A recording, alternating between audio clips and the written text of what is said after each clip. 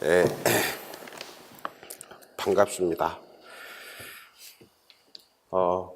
이제 5월 갑자기 며칠 전 날씨가 더워져서 밖에 나기가 좀 두렵죠.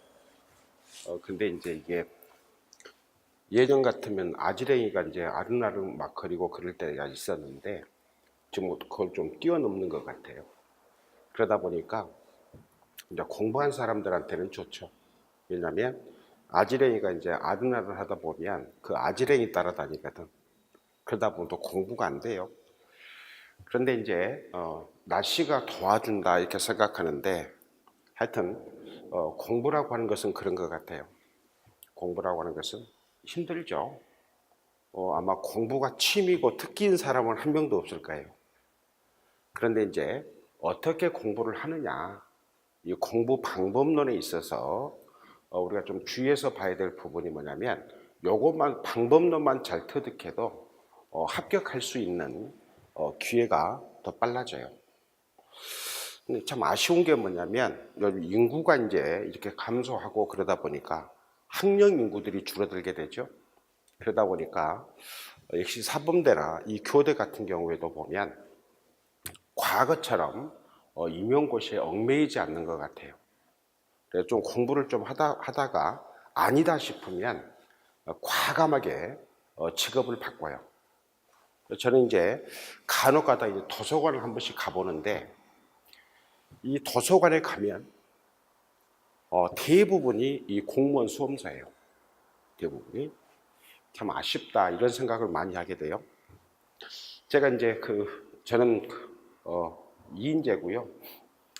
2인제고 원래 이제 학교에서 PPT를 쓸 때는 자유인이고픈 이렇게 썼어요. 자유인. 그런데 여기 나오니까 이제 그래서는 안 되겠잖아요. 그래서 이제 항상 초심. 그래서 이 초심은 한자로 하면 뜻풀이 하면 우리가 많이 마시는 처음처럼 이겁니다. 그래서 저는 소주를 마실 적에도 가급적이면 처음처럼만 마셔요. 그래서 초심으로 항상 최선을 다하겠다는 거죠. 이제 오늘부터 해서 7주입니다. 7주 동안에 월화로 나눴는데요. 좀 많다. 기간이 좀 길다 이런 생각도 했는데 단순하게 우리가 이제 이 기출문제 분석만 하고 나면 별로 의미가 없을 것 같아요. 그래서 월요일 날은 기출문제를 분석을 하고 그 다음에 화요일 날은 아무래도 이제 좀 시험에 나올 가능성이 높은 분야 요걸 선정을 했습니다. 그래서 주 2회로 그래서 하루는 이 기출 문제를 분석을 하고 하루는 출제 가능성이 높은 분야 요걸 딱 선정을 해가지고 한 7가지 주제가 되겠죠. 7주로 진행하게 되니까 그래서 7가지 주제를 선정을 해서 수업을 하도록 이렇게 하겠습니다. 그럼 이제 왜 그러면 이 기출문제 분석을 시작했느냐는 거죠. 저는 매년도 이 시험이 끝나고 나면 기출문제를 봐요. 이 양반들이 왜 이렇게 이 문제를 출제했는가. 그래서 이 기출문제를 보다 보면 대략적으로 다음에 이 출제될 가능성이 높겠다라고 하는 생각되는 부분들이 머릿속에 떠올라요. 그래서 임용시험 같은 경우는 주로 어느 분야와 관련이 되냐면 바로 교직 실무, 수행과 관련된 문항들이 주로 출제가 된다는 거죠. 이 말은 무슨 말이냐면 실제 교사들이 해야 될 역할 중에서 가장 중요한 2가지를 고르시오. 그럼 첫 번째가 교수 학습이에요. 두 번째가 생활지도거든요. 그러니까 이제 이 교사들의 근무 성적을 평가할 때 가장 평정점이 높은 분야가 뭐냐면 첫 번째가 교수 학습이고 두 번째가 생활지도예요. 그러니까 이 교수 학습과 관련된 부분들이 주로 시험에 나오게 된다는 거예요. 그렇게 되면 기왕에 이 출제됐던 이 기출문제라고 하는 것은 바로 다음 시험을 예측하기 위한 바로미터가 돼요. 그래서 이 기출문제를 제대로 분석해야 됩니다. 대부분 사람들은 어떻게 생각하냐면 그래 기출문제 이게 나왔어. 그래 내가 알고 있는 내용을 이렇게 썼어. 그러니까 이 형식대로 나오면 나는 이렇게 쓰면 될 거야 라고 생각을 해요. 그런데 실제로 이제 이 기출문제를 채점을 했던 출제위원과 그 채점이 거의 같으니까 그 양반들의 얘기를 들어보면 뭐냐면 분명히 물었는데 그 묻는 사항에 제대로 답을 못한 경우가 태반이라는 거예요. 아마 이제 올해가 이번 주가 2014년도가 되고 아마 다음 주가 되면 아마 2014년도 상반기 2015년도로 넘어갈 거예요. 넘어가는데 2014년도에 바로 이 물었던 내용하고 그다음 2015년도에 자, 이 답안지를 쓰라고 물었던 내용의 형식은 달라져요. 2015년도부터는 쭉 그 형식이 이어지거든요. 그렇기 때문에 이 기출문제를 보면서 항상 그 문제만 분석을 하고 그다음에 그 문제만 풀 것이 아니라 그 인접 분야를 우리가 한번 살펴볼 필요가 있다는 거예요. 그렇기 때문에 이 기출문제 분석은 제대로 해야 된다. 그래서 이 기출문제 분석만 제대로 한다면 사실상 이 서술형에서는 자, 학원 강의가 필요 없어질 수도 있어요. 그만큼 이 기출문제 분석은 중요하다 이렇게 볼 수가 있죠. 제대로 분석이 이루어져야 된다. 제대로 분석해야 된다. 자, 그러면 자, 먼저 자, 이 논술 작성의 기초 이렇게 해놨습니다. 논술에서는 항상 뭘 조심해야 되냐면 형식은요, 서론, 본론, 결론이에요. 그러니까 항상 이 서론, 본론, 결론의 형식은 항상 지켜져야 돼요. 우리 간혹 가다 보면 자, 임용시험에서 이 교육학에서 20점 만점을 받은 친구들이 있었단 말이죠.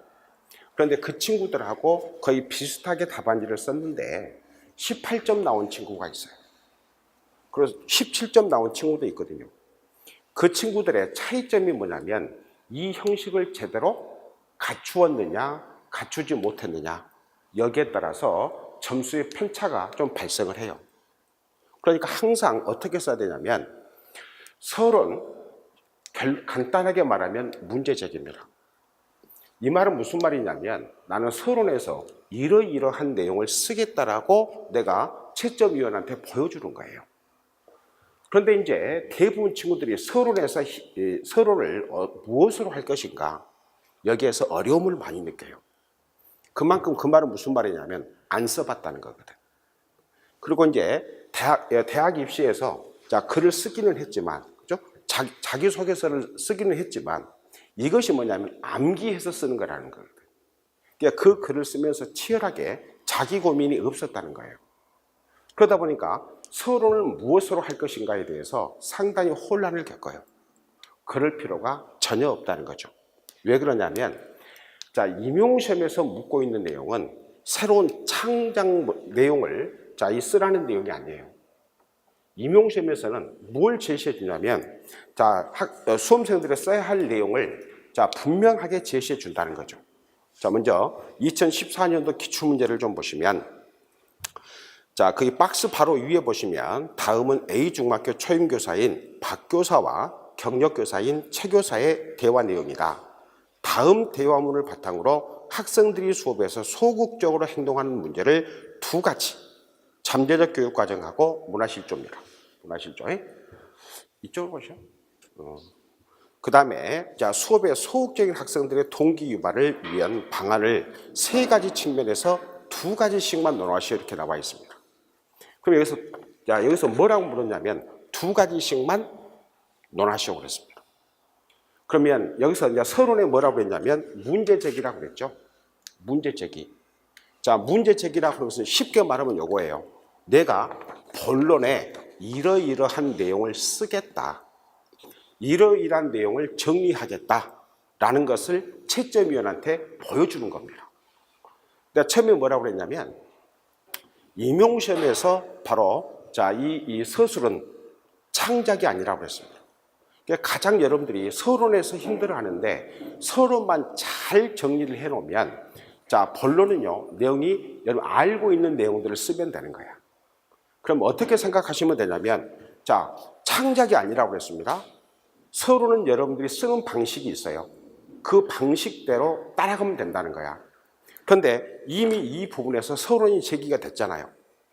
그럼 이렇게 쓸 수 있습니다. 좀 추상적인 용어로 해가지고 나중에 여러분들이 이제 한번 정리를 해보시고, 자, 두 가지 방식으로 제가 글 쓰는 방법을 여러분들에게 말씀을 드릴게요. 자, 이 주제문을 그대로 여러분들이 활용하는 거예요. 그대로 어떻게 활용하시면 되냐면, 자, 아래 보기에서 박교사와 그 다음에 경력교사인 최교사와 그 다음에 초임교사인 박교사의 대화 내용 중에서 최근 학생들이 수업 현장에서 소극적으로 행동하는 문제를 지적하고 있다. 그럼 어떻게 됩니까? 약간만 바꾼 거죠. 그죠? 약간만 바꾼 거야. 그럼 여기서 끝나면 안 되겠죠. 아까 뭐라고 했냐면 서론은 문제 제기라고 했습니다. 무엇을 쓰겠는가를 서론에 제시해 주는 거예요. 그래서 자, 최 교사는 자, 학생들이 수업에서 소극적으로 행동하는 문제를 자, 잠재적 교육 과정, 그 다음에 문화 실조 관점에서 진단하고, 그죠? 그러면 이제 진단하고 그랬으니까 무슨 말이냐면, 자, 소극적으로 행동하는 원인을 두 가지로 제시하겠다는 거죠. 하나는 뭐가 되고? 그렇죠. 또 하나는 문화 실조. 진단하고, 그 다음에 이를 극복하기 위해서 학습 동기를 유발해야 한다. 학습 동기를 유발하는 방안을 협동학습 실행 측면, 형성평가 활용 측면, 교사 지도성 행동 측면에서 각각 두 가지씩을 제시해 보고자 한다. 항상 여러분들을 보면 뭐 제시해 보겠다 이렇게 쓰는 친구들이 있어요. 그 다음에 제시해 볼까 한다. 이런 형식은 같은 한다라고 쓰는 것보다도 자, 제시해 보고자 한다, 제시해 보겠다 이런 용어보다도 자, 이 채점위원들한테 주는 자, 이 이미지가 더 커요. 자, 한다라고 끝맺는 것은 뭐냐면 자, 주체가 누가 되는 거냐면 글 쓰는 여러분이 되는 거야. 응? 그러니까 항상 자, 이 글 쓰는 주체는 내가 글 쓴다고 생각을 하고, 그 다음에 자, 한다라고 하는 글은 어떤 의미를 내포하고 있냐면 내가 자신 있게 내 소신을 밝히겠다라는 의미가 되는 거예요. 그래서 항상 끝맺을 적에는 무엇 한다 이렇게 끝맺어 줘야 돼. 네? 뭐 해보고자 한다 이런 형식은 별로 의미가 없어요. 그러면 자, 여기서 나왔습니다. 이미 자, 두 가지 관점하고, 그죠? 두 가지 관점하고 그 다음에 동기 유발은 세 가지 측면이 나왔죠. 세 가지 측면이 나왔습니다. 그러면 여기서 이제 그렇게 하면 이제 본론으로 들어가야 되겠죠. 자, 여기서 본론이라고 하는 것은 뭐냐면 자, 쉽게 말하면 요겁니다. 서문에서 제시했던 요구사항이에요. 요구사항. 그러면 자, 이미 여기에서는 몇 가지를 물었습니까? 세 가지를 요구했죠. 그죠? 하나는 뭐가 돼? 잠재적 교육과정. 또 하나는 문화실조. 그 또 하나가 뭐냐면 학습 동기 유발 세 가지 측면입니다. 그러면 본문 단락은 몇 가지가 되겠습니까? 세 가지 본문 단락이 되겠죠. 그죠? 그래서 본문 단락이 딱 결정이 돼요. 본문 단락이 결정이 돼. 응? 그래서 여러분들은 항상 보면 다 그렇게 쓰셨겠지만 또 그렇게 연습이 됐겠지만 중요한 것은 뭐냐면 중요한 것은 묻는 대로만 써주면 된다는 거야. 묻는 대로만 써주면 된다. 그리고 나면 이제 결론이 되죠. 결론은 뭐냐면 전혀 새로운 내용을 쓰는 것이 아니에요. 간혹 가다가 이제 우리 학생들 같은 경우에 제가 누구누구 강의를 들었는데 이 선생님이 제시해준 시범 답안이, 여러분 시범 답안은 없어요. 여러분 답안은 없습니다. 시범 답안은 뭐냐면 자, 채점위원들이 채점을 할 때 채점 기준표가 있어요. 그 기준표에 따라서 채점을 합니다. 그 기준표 공개됩니까? 안 됩니까? 안 됩니다. 단지 이것은 여러분들이 뭐냐면 참고사항으로만 받아들이면 된다. 참고사항. 답안은 없다. 그죠? 그러면 이제 마지막이 뭐냐면 요약제시입니다. 요약제시라고 하는 것은 뭐냐면 서론하고 본론에서 썼던 내용을 여러분이 서론 양보다 약간 적게 요약하는 거야. 요약하는 거예요. 이 형식입니다. 이 형식. 이 형식이야. 이 형식이기 때문에 결론은요, 뭐 새로운 내용을 쓴다. 이건 절대 안 됩니다. 요약 제시야. 그리고 간혹 가다가 보면 내가 본론에서 써야 됐던 내용이 있는데 그 내용을 빠뜨렸다. 그죠? 그러면 여기 결론에다가 한 줄 내지 두 줄 정도 첨가해 주는 거야. 이게 바로 서론, 본론, 결론의 글쓰기 양식이 됩니다. 그러니까 항상 자, 서론은 뭐냐면 문제제기다. 문제제기란 뭐냐? 내가 이러이러한 내용을 쓰겠다라고 자, 출제위원한테 내 각오를 보여주는 것이고, 내가 쓰겠다라고 서론에 제시했던 내용은 반드시 써줘야 된다. 써줘야 된다. 그리고 마지막 결론은 뭐냐면 내가 썼던 내용을 요약 제시하는 것이다. 항상 이렇게만 생각하시면 돼요. 그래서 이제 왜 그러냐면, 왜 서론하고 본론이 중요하냐면, 가장 중요한 게 뭐냐면 서론이에요, 서론. 가장 중요한 게 뭐냐면 결론이에요, 결론. 서론과 본론이에요. 아니, 서론과 결론이에요. 그럼 본론이 안 중요하냐? 중요하죠. 그러나 본론은요, 여러분들이 자, 알고 있었던 내용, 그 다음에 암기했었던 내용과는 약간 다른 형식으로 내용 전개가 될 수도 있어요. 본론은 글 쓰다 보니까. 그런데 서론하고 결론이 아주 명확하게 제시가 되면 기본 점수는 반드시 받고 넘어갈 수 있다. 이렇게 생각하시면 돼요. 그래서 가장 중요한 것은 뭐냐? 서론하고 그 다음에 결론이다. 물론 본론의 내용도 중요합니다. 중요합니다. 이 형식을 반드시 갖춰라. 그러면 서론하고 결론이 왜 중요한가? 여러분들이 이제 교육학 그러면 어떻게 생각하십니까? 교육학 그러면 주로 암기해야 된다. 이렇게 생각을 많이 하시죠. 그죠? 그럼 예를 들어서 내가 암기해야 될 항목이 쭉 이렇게 나열되어 있다. 나열되어 있다. 이렇게 한번 가정을 해보자는 거죠. 그런데 경우에 따라서 보면 앞부분에 나와 있는 내용을 가장 잘 기억하는 사람들이 있고, 그 다음에 뒷부분에 나와 있는 내용을 가장 잘 기억되어지는 경우가 두 가지 부류가 있어요. 두 가지 부류가 있어. 이제 우리가 이 교육학에서는 그것을 초근성 효과다 아니면 심근성 효과다 이렇게 이야기를 해요. 근데 요 나중에 이제 이 정보 처리 이론에 가면 나오게 되죠. 왜 그러냐면 요즘에 보면 집에서 신문을 구독해가고 있는 친구들은 거의 없죠. 그죠?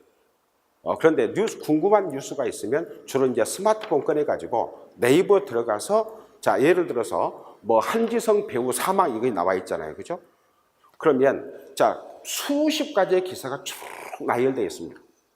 그런데 그 수십 가지 기사를 다 읽는 것이 아니죠. 어떤 기사를 주로 많이 읽습니까? 가장 나한테 충격을 주었던, 그죠? 그 다음에 나에게 가장 깊은 내리에 꽂혀있던 기사를 딱 클릭해서 자, 이 기사를 읽게 되죠. 그럼 나머지 한 4, 50개 기사는 뭐가 됩니까? 그냥 사장되는 것입니다. 사장되는 거예요. 바로 그러면 신문 기사가 왜 그러면 그러한 타이틀 제목을 뽑느냐? 바로 여기에요.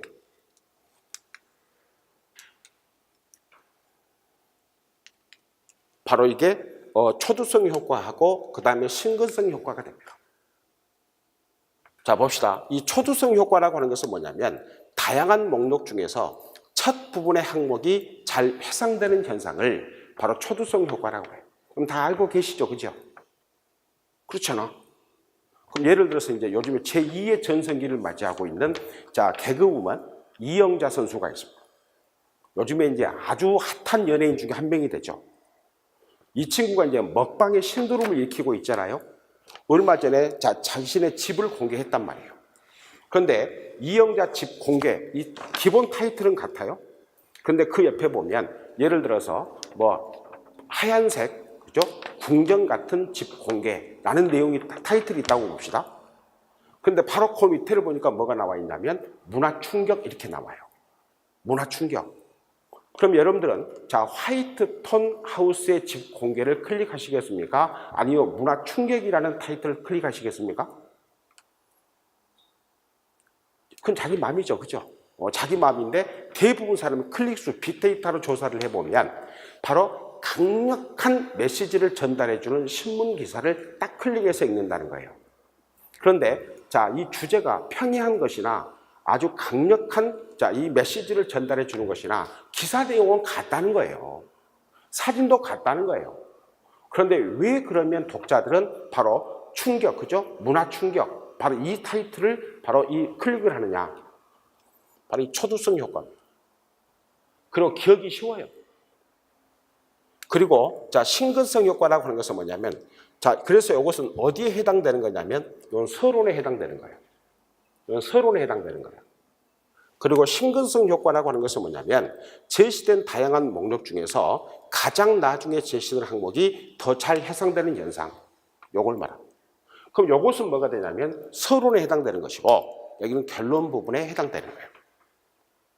그래서 이 신문 기자들이 바로 마지막 편집 회의를 할 때, 자, 어떠한 내용을 타이틀로 뽑을 것이냐, 여기에 가장 신경을 쓴다는 거죠. 사실상 얼마만큼 독자에게 강력한 메시지를 주느냐, 이건 무엇에 의해서 결정이 되냐면 초두성 효과에 의해서 결정이 돼버려요. 그래서 제가 항상 말씀드린 게 뭐냐면, 여러분이 임용시험에서 쓰는 서술형 문장은 창작형이어서는 안 돼. 응? 창작형이어서는 안 돼. 여러분, 예를 들어서 그 정도 강력하게 메시지를 전달할 수 있는 바로 그것을 자 60분이라는 시간 내에 과연 1, 2분 이내에 만들어내겠느냐? 이건 불가능하다고 봐. 그러니까 항상 출제위원도 익숙해져 있는 바로 이 제시문을 가지고 서론으로 잡아내는 것이 가장 바람직한 방법이에요. 그렇기 때문에 자, 신문 기사가 되죠. 요겁니다. 요거. 그래서 신문 기사에서 편집국에서 가장 역점을 두고 있는 것이 뭐냐면 바로 이 서론 부분이에요. 서론 부분이에요. 그래서 강력한 이미지를 줄 수 있다는 거죠. 그런데 이제 또 이 교육학 분야에서 보면 자, 여러분 부호와 특수성이라고 하는 것이 있어요. 여러분 이중 부호란 말도 들어보셨고, 그 다음에 부호와 특수성이란 말도 들어보셨죠, 그죠? 부호와 특수성이라고 하는 것은 뭐냐면, 이건 잠수부를 동용해서 바로 이 상기시험, 그 다음에 회상시험을 한 거예요. 똑같은 잠수부, 자, 이 두 사람이 있습니다. 한 사람은 큰 저수조가 있어요. 큰 저수조에다 물을 가득 채워 넣습니다. 그리고 잠수부가 이 물속에 들어갑니다. 물속에 들어가서 자, 이 단어를 딱 보여주면 암기를 하는 거예요. 그리고 한 잠수부는 어떻게 되느냐? 한 잠수부는 물 밖에서 똑같은 단어를 암기합니다. 암기했으면 이제 자, 회상을 해야 되겠죠, 그죠? 그랬을 때 물 속에서 자, 이 암기를 했던 잠수부를 첫 번째 물 밖으로, 그죠? 두 번째로 뭐냐면 물 속에서 그대로 회상을 시켜요. 여기도 마찬가지입니다. 물 밖에 잠수부가 물 밖에서 회상을 해. 그리고 또 수조 안에 들어가서 회상을 해요. 그러면 자, 물 속에서 통 속에 들어가 있었던 잠수부는 물 밖에서 회상을 할 때보다 물 속에서 회상할 때 훨씬 더 기억이 잘 나더라고 말입니다. 물 밖에서 자, 이 기억을 했던 잠수부는 물 속에서 회상을 하는 것보다는 물 밖에서 회상을 했을 때 훨씬 더 기억이 잘 나더라고 말입니다. 이걸 뭐라고 그러냐면 부호와 특수성이라고 해요. 네? 그래서 우리 요즘에 또 이 베트남에서 아주 영웅 대접을 받고 있는 박강서 감독이 있잖아요. 이 양반이 항상 뭐라고 그럽니까? 훈련은 실전처럼이에요. 그래서 실전처럼 훈련을 하면, 그죠? 실전에 들어갔을 때 훈련했던 내용이 바로 전이 효과를 일으킨다는 거야. 그래서 바로 연습 그대로 자, 이 플레이가 전개가 되고 연습했던 그대로 골이 들어간다는 거죠. 이게 바로 뭐냐면 부와 특수성이에요. 특수성. 그러니까 이제 실제로 한번 학교에서 이제 그런 실험을 한번 해본 적이 있어요. 다른 선생님이 했었는데 어떻게 하냐면 자, 임용시험을 앞두고 한 2달 전부터 자, 시험 상황과 똑같은 상황을 만들어놔요. 똑같은 상황. 그러고 나서 학생들을 딱 그대로 정시 입시를 하게 하고 그 다음에 답안지를 작성하게 합니다. 그걸 2달 동안 한 그룹, A그룹이 있어요. 전혀 그러한 연습을 하지 않았던 그룹 B가 있었어요. 그랬는데 실제 시험 치르고 왔을 때 학생들에게 사후조사를 한 거예요. 사후조사를 했더니 미리 사전에 연습했던 친구들은 첫 번째, 자, 시험장에 딱 들어갔더니 불안감이 없어졌다는 겁니다. 불안감이. 두 번째는 뭐냐면 내가 평상시에 공부했던 내용이 시험장에 가니까 상기가 잘 되더라 그 말입니다. 그러면 불안감이 사라졌고 그 다음에 상기가 잘 됐다는 것은 답안지를 잘 썼다는 거예요. 그래서 똑같은 주제문을 주고 바로 했더니 실험을 했더니 평균 점수 차이가 대략 한 3점 정도 차이가 나더라. 이 말은 무슨 말이냐면 반드시 훈련은 실전처럼, 그죠? 이렇게 공부를 해야 된다. 그래서 여러분도 이제 시험 딱 보기 한두 달 전부터는 항상 똑같은 날에 똑같은 시간대에 똑같은 자세로 자, 어떤 독서실이나 아니면 다른 장소에 가서 연습을 할 필요가 분명히 있다는 거예요. 그러면 훨씬 더 여러분 같은 내용을 더 잘 쓸 수 있는 자, 이 여건이 마련되죠. 제가 이제 요겁니다. 그래서 참고할 점은 딱 세 가지예요. 첫 번째는 뭐냐면 초두성 효과, 심근성 효과, 그 다음에 부와 특수성, 요 세 가지가 됩니다. 요것만 여러분들이 잘 기억하셔도 답안지 쓸 때 많은 도움을 받으실 거다.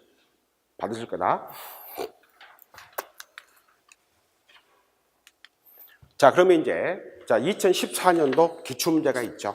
자, 그 기출문제를 좀 보시면 자, 박스 위에 자 논하시오에서 이렇게 나와 있죠. 그래서 약간 서론을 쓰는 방법은 여러 가지 방식이 있다고 그랬어요. 그래서 요 내용을 그대로 가져와서 바로 서론을 쓰는 방법이 있어. 그런데 나는 이렇게 쓰는 것은 별로 마음에 안 들어. 그러니까 나만의 방식을 좀 바꿀 필요가 있어 라고 생각하는 친구들은 이걸 약간 응용하는 거야. 응? 어떻게 응용하냐면 자, 한번 들어보세요. 최근 학교 현장에서 가장 문제가 되는 것은 실제 수업에서 학생들이 수업에 소극적인 반응을 보인다는 것이다. 교사는 이 소극적인 반응이 나타난 원인이 무엇인가를 두 가지 관점에서, 첫 번째 잠재적 교육과정 관점에서, 문화실조 관점에서 자 이를 진단하고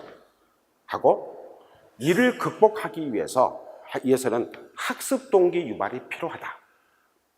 학습 동기 유발을 위해서는 세 가지 측면에서 자 논해보고자 한다. 그죠? 그럼 세 가지 측면을 다 써줘야 되겠죠. 첫 번째는 뭐가 되겠습니까? 협동학습 실행 측면. 두 번째 형성평가 측면. 세 번째 그렇죠? 지도성 측면. 이렇게 하면 또 서론이 돼요. 같은 내용을 표현 양식만 바꾸어서 여러분 쓸 수 있어야 돼요. 근데 이것도 어떻게 되냐면 평상시에 써봐야 되겠죠. 그죠? 평상시에 써봐야 되겠죠. 그래서 항상 쓰는 연습이 필요하다. 쓰는 연습이 필요하다. 제가 이제 어쩌게 이제 책을 딱 보고 있는데 우리 아들이 이제 제 방에 들어왔어요. 아빠 뭐 하세요? 그래서 책 보고 있다. 아빠 뭘 이렇게 써? 그랬더니 그냥 쓰는 거야. 그랬더니 아빠 쓰는 게 재밌어 이렇게 말을 해요. 근데 이놈이 이제 어떤 아이였냐면 얘는요 책 좀 읽어라. 유치원 다닐 때 책 좀 읽으라고 그러면 이 친구가 뭐라 그러냐면 입이 아파서 책을 못 읽겠다는 거야. 그 다음에 야 좀 써라 그러면 팔목이 아파가지고 글을 쓰기 싫다는 거야.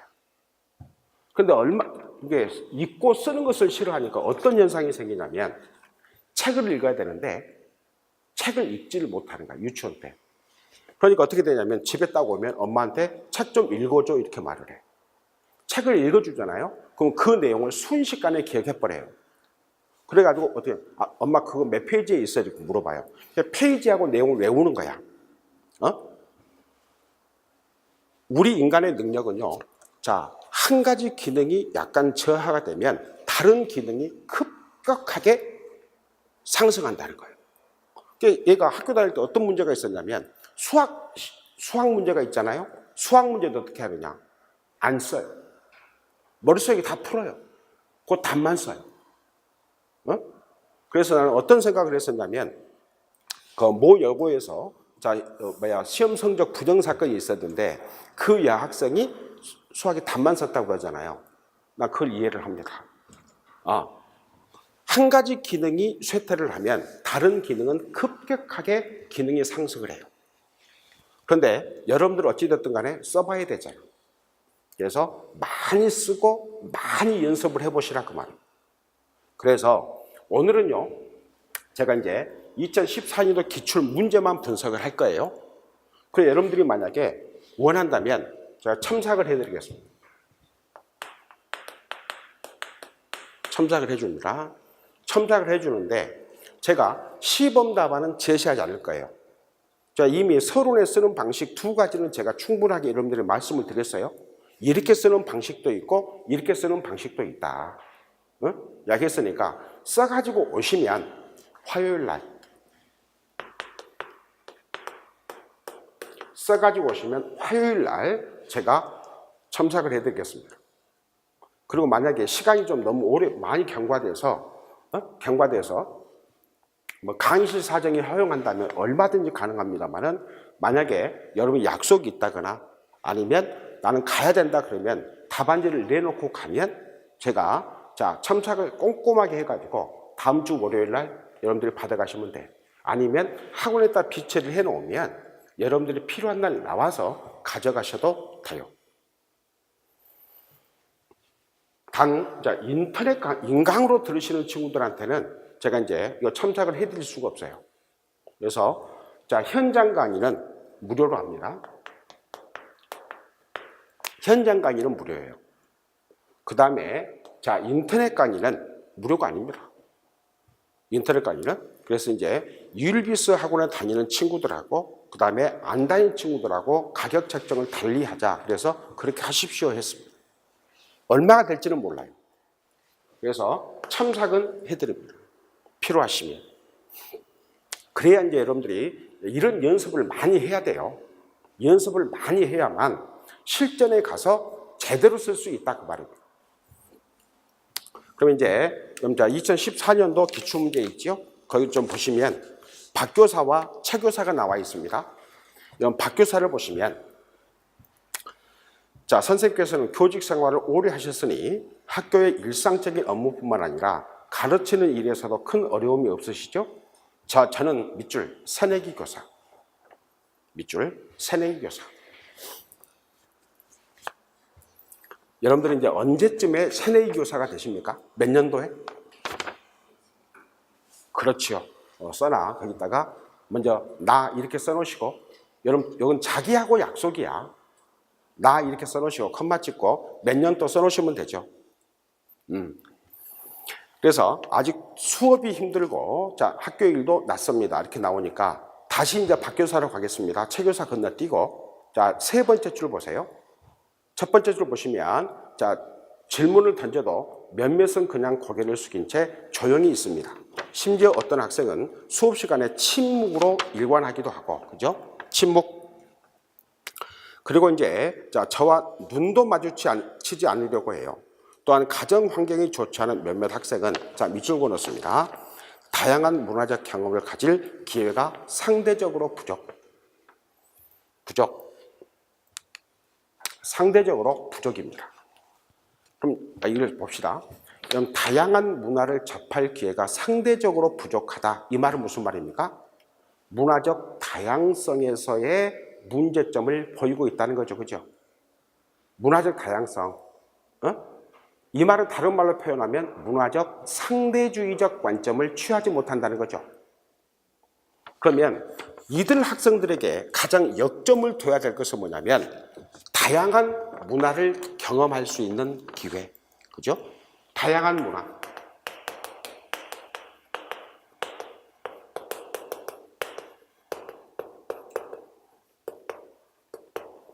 경험의 기회를 제공해야 되겠죠. 그죠? 그래서 자 우리나라가 특히 여기서 강조하고 있는 교육이 있다는 거야.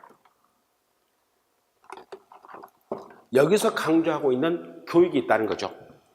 그게 바로 무슨 교육입니까?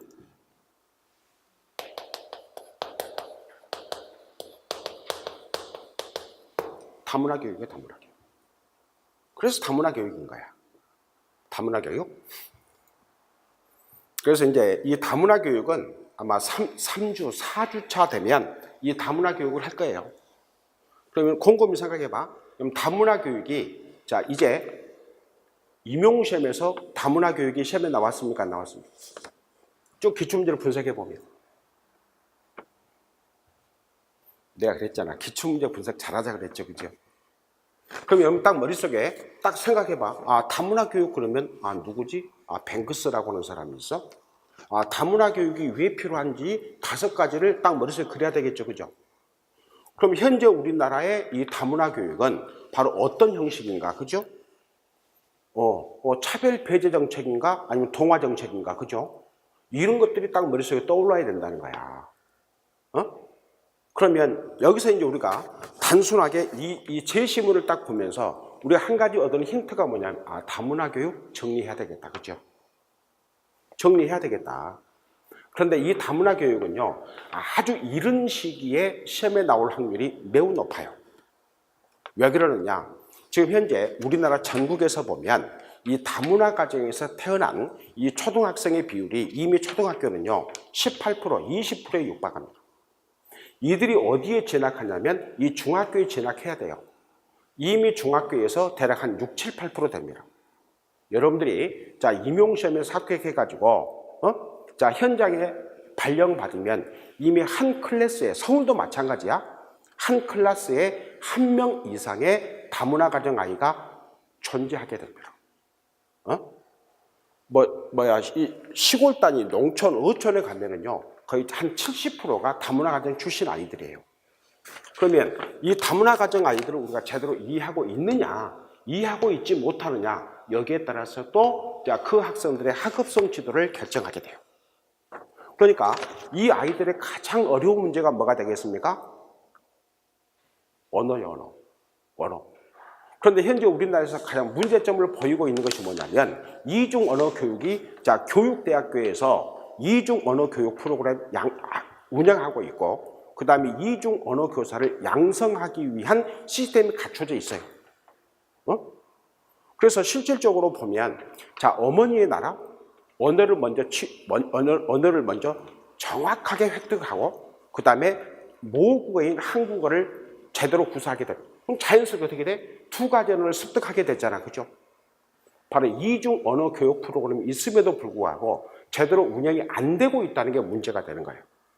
그러니까 이런 부분까지 여러분들이 쭉 영역을 확장해 가다 보면 바로 자연스럽게 여러분들이 공부해야 될 영역이 확정이 되는 거예요. 확정. 그래서 내일은 우리가 뭘 할 거냐면 4차 산업혁명 시대라고 해요.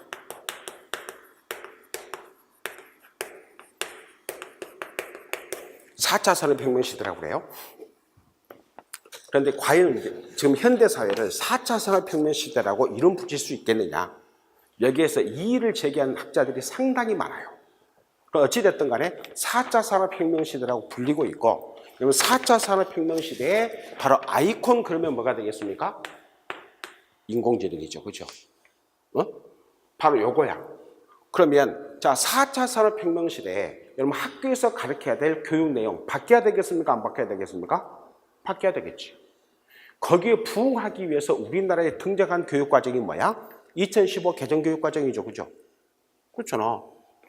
그러면 여기에 따라서 내용이 바뀌면 이제 무엇도 바뀌어야 돼? 방법도 바뀌어야 돼. 방법도. 그죠? 방법도 바뀌어야 돼. 그러면 여러분들이 만약에 2020년도에 발령을 받는다고 가정을 해봐. 그럼 현재 여러분 제가 하고 있는 방식대로 학생들을 가르치겠습니까? 아니면 4차 산업혁명 시대에 맞는 방법으로 학생들을 가르치겠습니까? 전자야 후자야? 지금은 후자죠. 그런데 어때? 2020년 딱 발령 받아가지고 아이를 가르치는 순간에 다시 전자로 회귀해. 이게 우리나라 교육과정이 언제부터 그래 왔냐면 2차 교육과정 때부터 바로 그렇게 해왔어. 여러분 2차 교육과정 때부터 우리나라 교육과정에서 뭐라고 이야기했냐면 학생 중심 교육을 하겠다고 이야기를 했어. 그리고 자기주도 학습을 하겠다고 했어요. 그 다음 2차 교육과정 때부터 창의력 교육을 하겠다고 했어. 그런데 어떻게 됩니까? 여러분 학교 다닐 때 여러분 자기주도 학습했나요? 안 했단 말이지. 그 다음에 그렇다면 4차 산업혁명 시대에 학생들의 요구되는 지식, 자 어때요? 바뀌어야 돼, 안 바뀌어야 돼? 바뀌어야 되지. 그럼 여러분 우리 이렇게 생각해봐. 4차 산업혁명 시대에 가장 위기를 겪는 직업 중에 하나가 뭐냐면 교사라고. 그러면 4차 산업혁명 시대에 학교 생각해 보세요. 학교 생각해 보면 학교라는 공간이 없어지지도 않을까? 이런 생각을 하죠. 그럼 여러분 옆에 주위에 있는 이 조카들을 보면, 학교 다니는 조카들을 보면 여러분 학교 가고 싶어요? 안 가고 싶어요? 안 가고 싶어요. 그럼 학교가 없어진다면 그 조카들 좋아해? 안 좋아해? 좋아하죠. 그러나 학교는 없어지지 않는다. 없어지지 않는다. 이런 것들을 가지고 우리가 4차 산업혁명 시대에 얼마든지 우리가 영역을 확장시킬 수 있어. 그리고 그럼 이제 4차 산업혁명 시대, 자, 이 교육 시스템의 변화 그러면 뭐가 있어요? 무크가 있죠, 그죠? 무크. 여러분들 오로지 전공 공부만 너무 열심히 하시나 봐. 교육학도 조금은 해야 돼. 교육학도. 왜 해야 되냐면, 여러분들 전공에 대한 한 80% 정도의 에너지를 쏟아야 될 거예요. 여러분 교육학 만점 맞아봤자 20점밖에 안 돼. 여러분 20점 맞아가지고 임용시험에서 합격했다는 친구들 이야기 들어봤어요? 그렇죠? 여러분 전공에 열심히 공부하셔야 돼.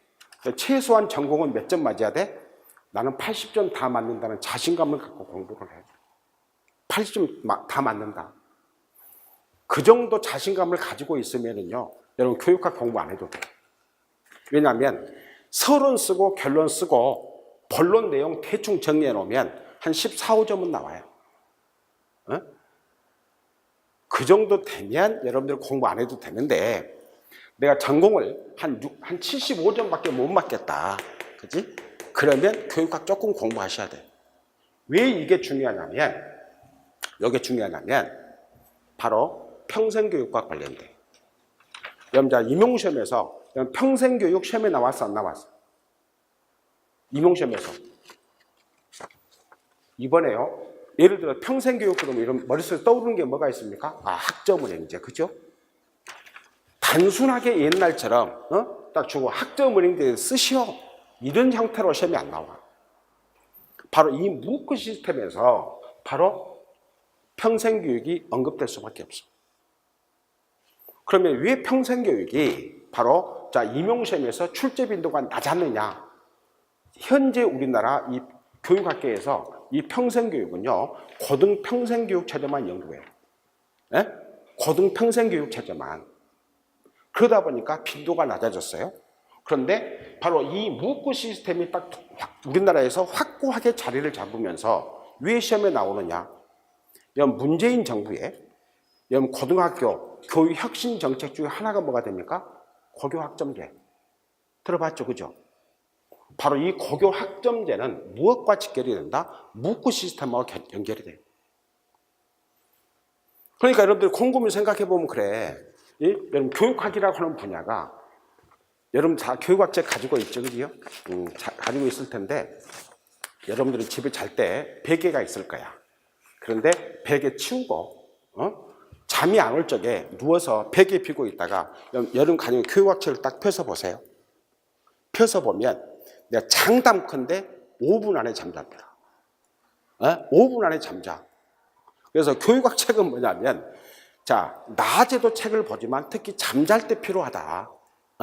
그래서 스마트폰 옆에 제껴놓고 교육학책을 딱 누워서 보잖아요. 그 5분 안에 잠자. 그러나 이런 내용들을 다뤄줘야 돼. 무크에.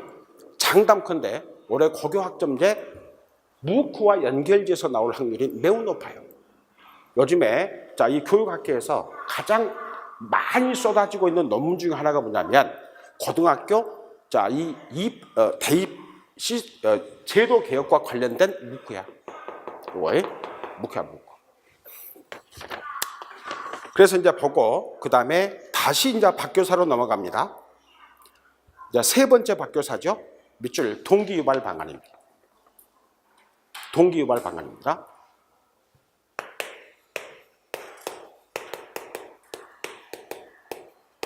동기유발 방안. 그러면 여러분들이 이제 동기라고 하는 개념을 배웠을 때, 여러분 교육 심리학에서 가면, 자, 이 교육 심리학에서 연구 방법을 보면 인지적인 영역과 정의적인 영역과 신체 운동적인 영역이 있죠, 그죠? 그럼 동기는 자 어느 영역이 됩니까? 이건 정의적인 영역이에요. 요거. 그런데 이 동기와 동기 유발이라고 하는 개념 자료. 요것도 여러분들이 잘 정리해 놔야 돼. 요것도. 근데 여기서는 동기 유발하는 측면을 세 가지 측면을 예로 들어 설명하라고 했으니까 별도의 문제가 되는데 요 동기 아주 중요한 겁니다. 왜 그러냐면 동기라고 하는 것은 여러분들이 이제 어떤 행동을 하게 하는 상태를 이끌어주는 힘이야. 그런데 여러분 딱 책을 볼 적에 여러분 가지고 있는 전공책이나 아니면 교육학 책이 있을 때 여러분 그 책 보고 싶어요? 안 보고 싶어요? 여러분들은 지금부터 여러분 바뀌어야 돼. 여러분 취미가 뭐냐 그러면 공부 이렇게 바뀌어야 돼. 에? 취미가 공부야? 특기 무엇입니까? 그러면 공부 이렇게 바뀌어야 돼.